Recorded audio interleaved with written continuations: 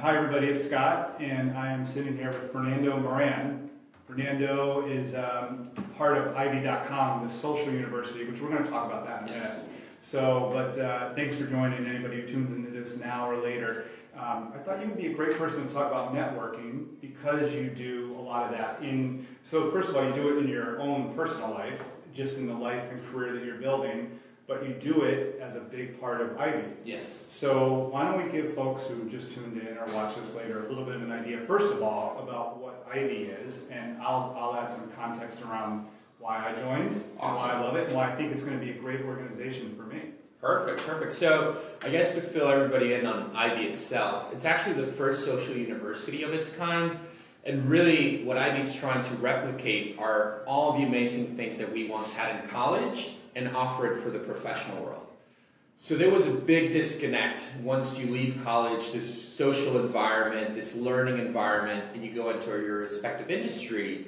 A lot of the relationships and a lot of the networking that goes beyond that point revolves around your industry, that not necessarily gives you that exposure that college once gave you, right? You might have been studying finance, but you had the opportunity to meet folks studying history and folks studying social science and all these different avenues that tend to be a little bit more limited once we go into the professional world.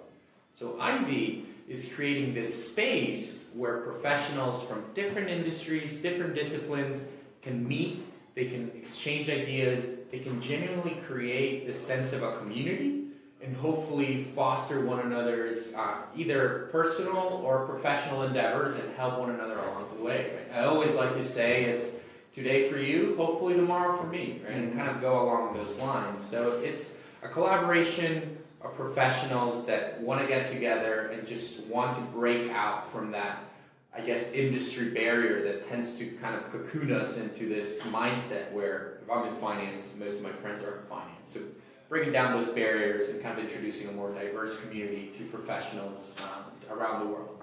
Which is invaluable. So first thing that would jump to my mind is, and I think I've said this before, when I was in corporate, and I've worked for several big companies, you just get tunnel vision. Mm-hmm. I think actually one of our first meetings, we talked a little bit about that. I was with CVS Health for 5.5 years, and I lived, breathed CVS every day.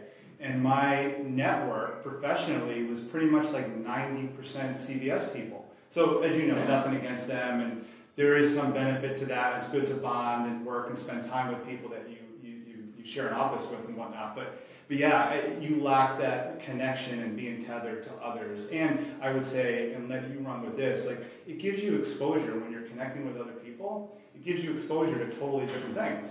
Things that you're not involved with every day or you haven't been involved with before, don't know a lot about, right? Yeah, so I always like to say, at least for me, and I joke about it a little bit, I would never hang out with a doctor outside of a clinic, right, until I kind of joined Ivy, and it gives me this exposure to doctors, it gives me exposure to artists, to people in finance, to entrepreneurs, to professors. So the learning experience never really stops in college, it continues for the rest of your life.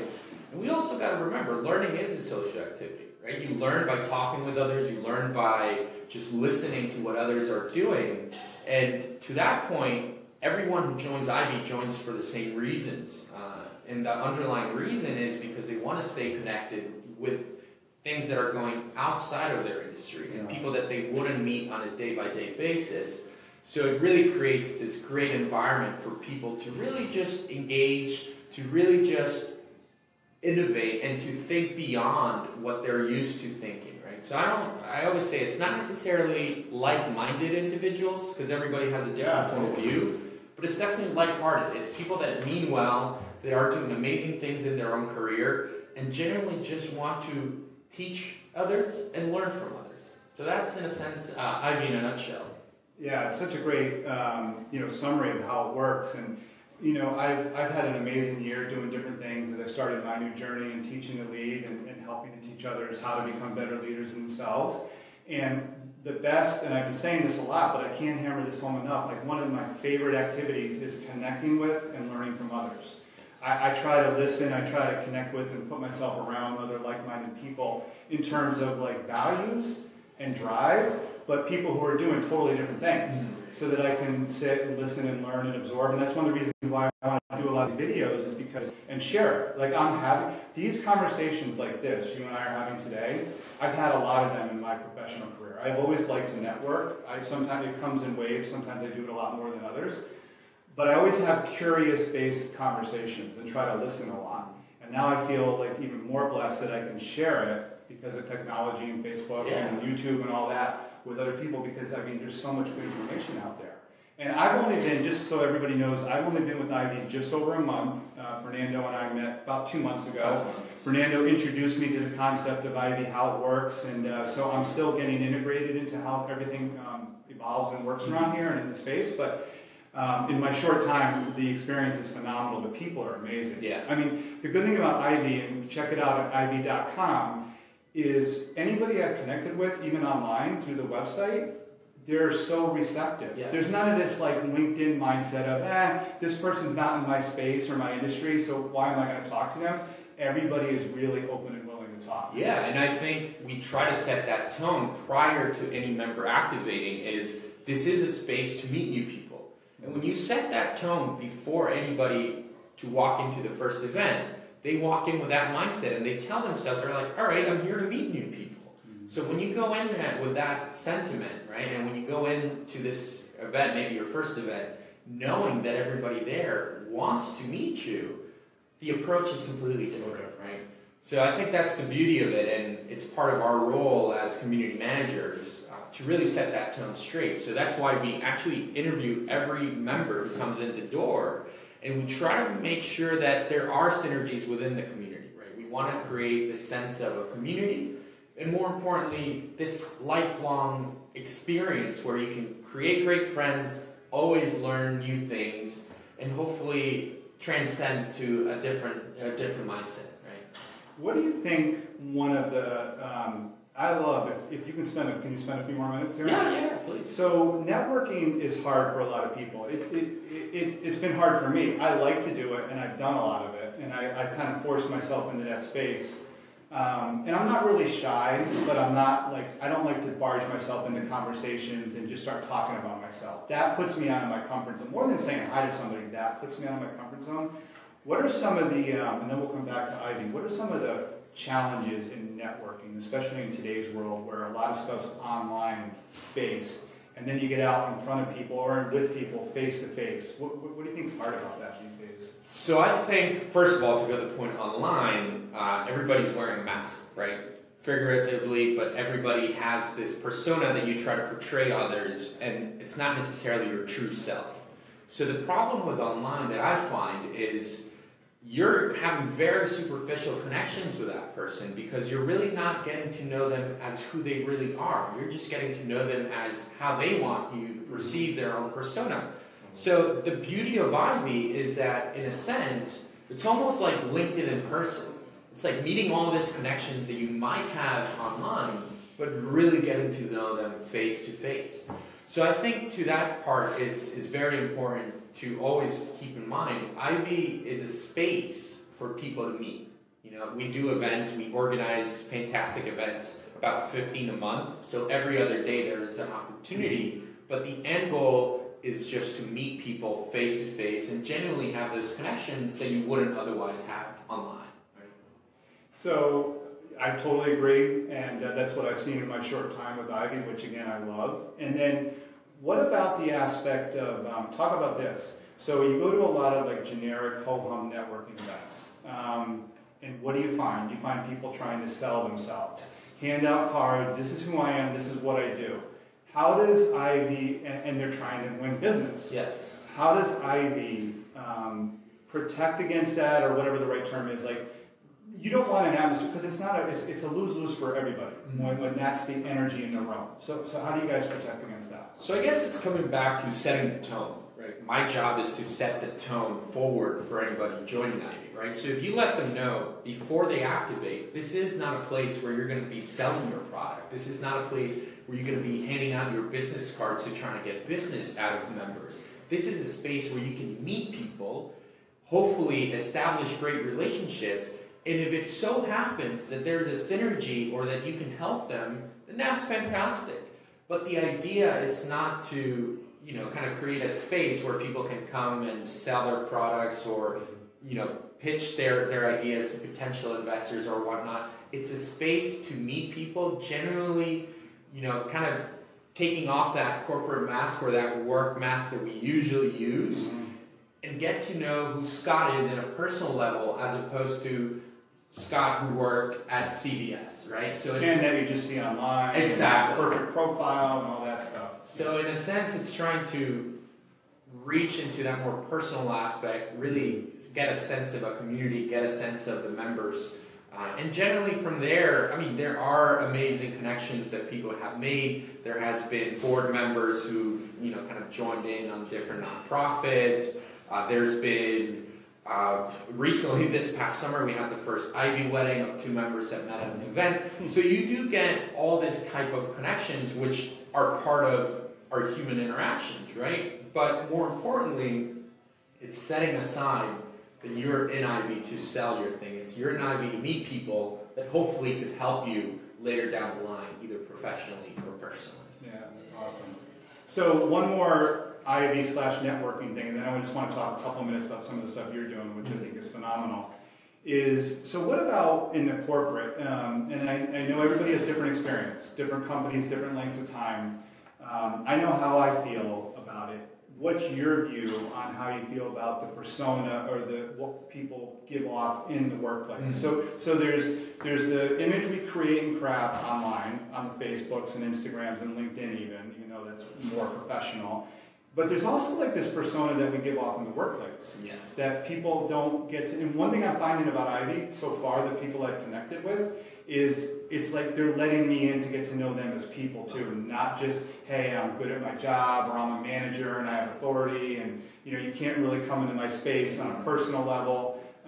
What's your thought about how people behave in their professional environment, and then like how that relates to what Ivy's doing? So I think it's mostly because of labels, right? I think when you slap a label outside of, after or before somebody's names, it creates a certain expectation, right? If I'm Fernando Moran /CEO, then I do kind of fuel on that persona, and I try to act as I'm like the CEO, even in a personal setting.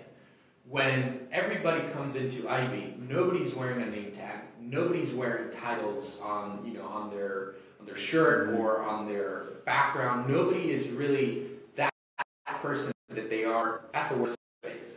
So I think for the most part, everybody who comes to Ivy events and everybody who joins Ivy is to blow off some steam afterward. It's hard when we have this mask all the time and we're playing into this role that we're supposed to be, right? If you're head of HR, you behave some certain characteristics that you might have. If you're head of marketing, you behave this way. If you're the CEO, you behave a different way, right? So when you come with Ivy, everybody has, in a sense, taken off that corporate mask or that persona that they are in their workspace, and they're here just to genuinely, like you said, get to know who Scott is as a person, as opposed to Scott, the title, right? Mm-hmm. It's exhausting to do it the other way. And I'm a pretty open, what you see is what you get, authentic person. And a lot of people are, but I always try to pride myself on just being who I am. But even for somebody like me, it was really hard to do that, balance it at work. And it didn't matter what title. I mean, you're spot on with your point with the title, the role it plays. But for me, I tried to be the same person in my company or in my jobs, whether I was down here or a little bit higher up.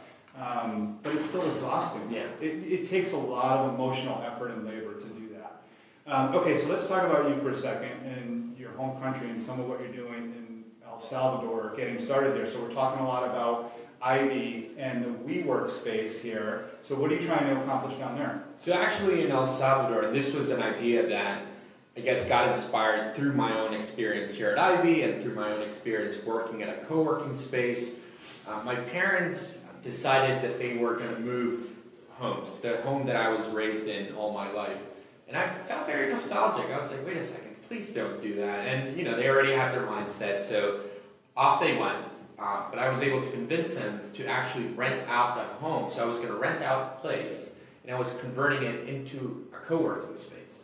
So right now, what I'm doing is pretty much redesigning the home that I was raised in to be a space where different entrepreneurs can meet, create a space where entrepreneurs can help one another, and in a sense, reflecting back to Ivy, create a community, right? I think that the ecosystem of entrepreneurs in El Salvador is very dispersed, right? And you have folks working on amazing projects, but the communication between them is almost zero. So what I'm trying to provide is this community first and foremost with a physical space that obviously helps in getting to meet people and getting to, to a specific spot where you can really just create and foster those relationships. But more importantly is providing every entrepreneur in El Salvador, ideally, with the right tools and the right connections for them to, in a sense, take their idea to the next level and hopefully increase the overall wealth for everybody around them. So it's creating this sense of a community with a physical space, but more importantly, bringing great minds together and providing them with the right tools to do so. So it's incredible, such a good concept, and I'll circle back to a place like Boston versus El Salvador, but first, I couldn't help but get Airbnb in my head. Yes. It sounds like at its foundation, there's a little Airbnb in this, right? Like you're taking space that I already have, my home or wherever, and you're not changing the space. You're just saying you're welcoming people in there. It's like Airbnb, right? Yeah, in a sense, and also, I think what is common with Airbnb, something like Uber, something like WeWork, it's that society, right? It's that community that creates outside of that. It's like I have my own car and I'm letting a stranger get on my car. I have my house and I'm letting a stranger stay in my house. I have a building and I'm letting a stranger work from my place. So it's that sense of opening the doors and welcoming people to your space and really just providing this opportunity to build on each of other's success and hopefully work together as a community as opposed to just an individual and a lonely entrepreneur, which typically tends to be the journey. Yeah, which is why I love coming to places like this, an Impact Hub, to be around other great people. Exactly. I don't do it every day, but when I am in these environments, 1 to 2 days a week, it makes a great difference, and I just feed off that energy. But I have to ask one more question that's kind of like the Airbnb mode. So, I remember I've read a lot of articles and listened to podcasts with the founders, and they said one of the challenges they had was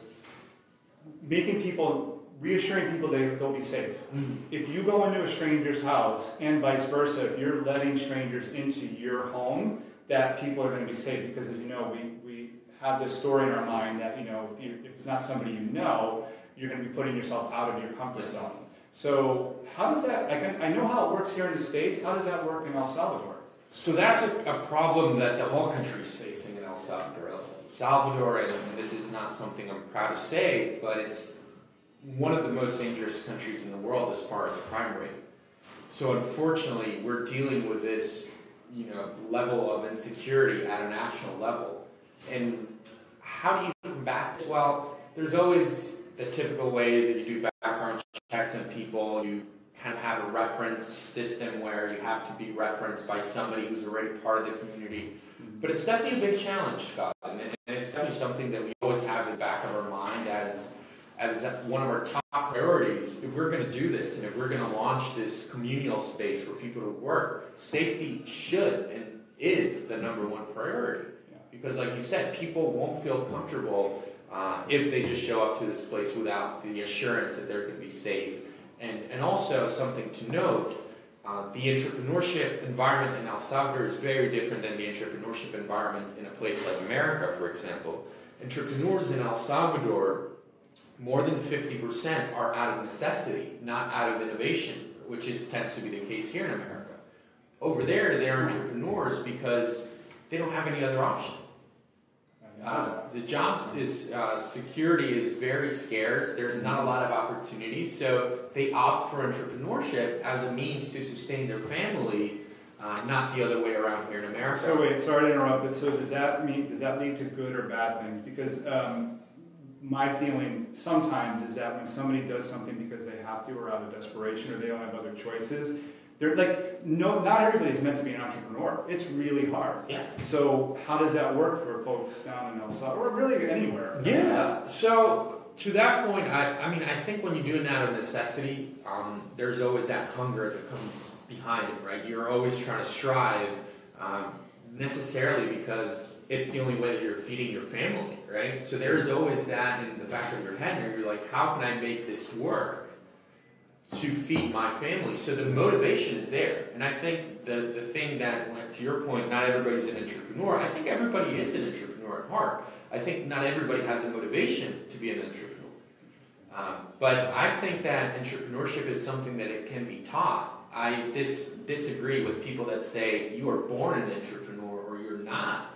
I think everybody at heart is an entrepreneur. And every single day, we are entrepreneurs. We just maybe don't realize it. Yeah, we're doing it in different ways. Exactly. In our own life, in our job. Yeah. And it's about managing and controlling, in a sense, your inputs, right, and outputs, something. Well, for what it's worth, I never considered myself an entrepreneur, not for a second. In fact, I used to have self-talk that would say I could never start my own business or venture, and I'm doing it, and I have a long ways to go. I'm still like in infancy stages, but I'm all in, and I'm learning every day by being around people like you and just jumping in and trying.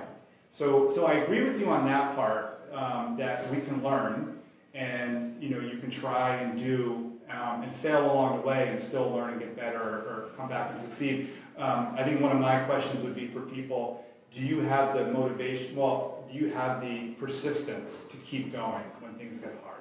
But we can talk about that a whole other time. Let's go back and finish on a really good or high note with El Salvador. So I heard you loud and clear, you're giving people, or when you build this community down there, entrepreneurs, it's very scattered down there, because if you're in the States and you live in Boston or Chicago or San Francisco or New York, you have a ton of resources right there, which I'm hearing is not really the case down there. And it sounds like you guys are going to create an awesome opportunity for people. So really what we're trying to be is almost like the 1 degree of separation between the different institutes and the different programs that are out there.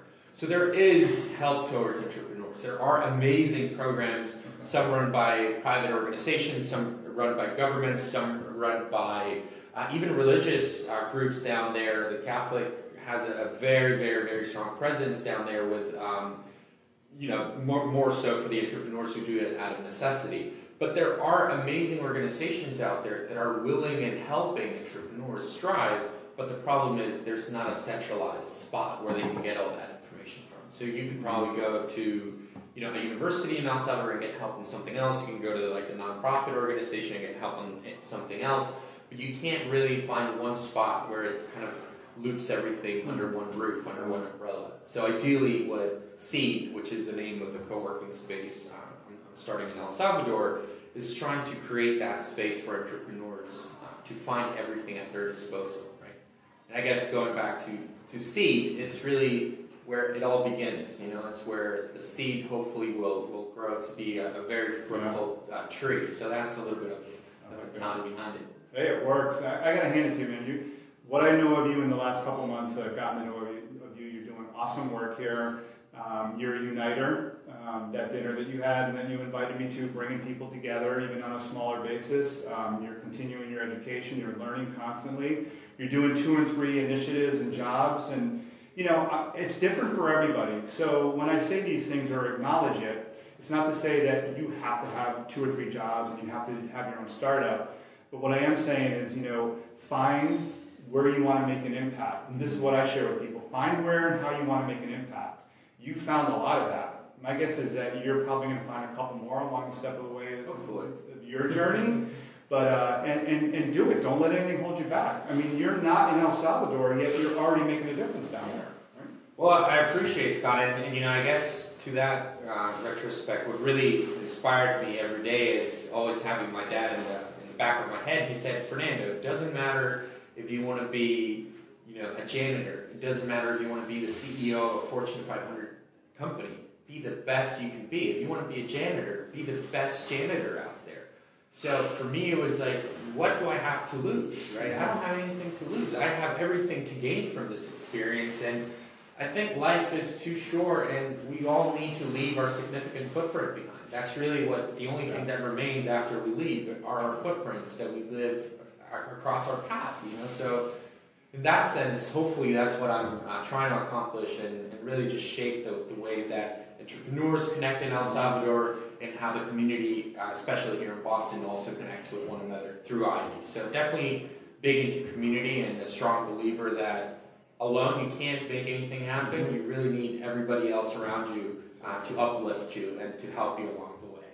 Great stuff. Awesome. Well, thank you very much. Thank you. Check for Fernando Moran online and Ivy.com. And Ivy, by the way, real quick, not just Boston, Chicago, San Francisco, LA, New York. Did I leave any place? Miami and DC. DC. Talk about a footprint. Yeah, there you go. All right, thanks for watching, everybody. Appreciate it. Thanks. Bye.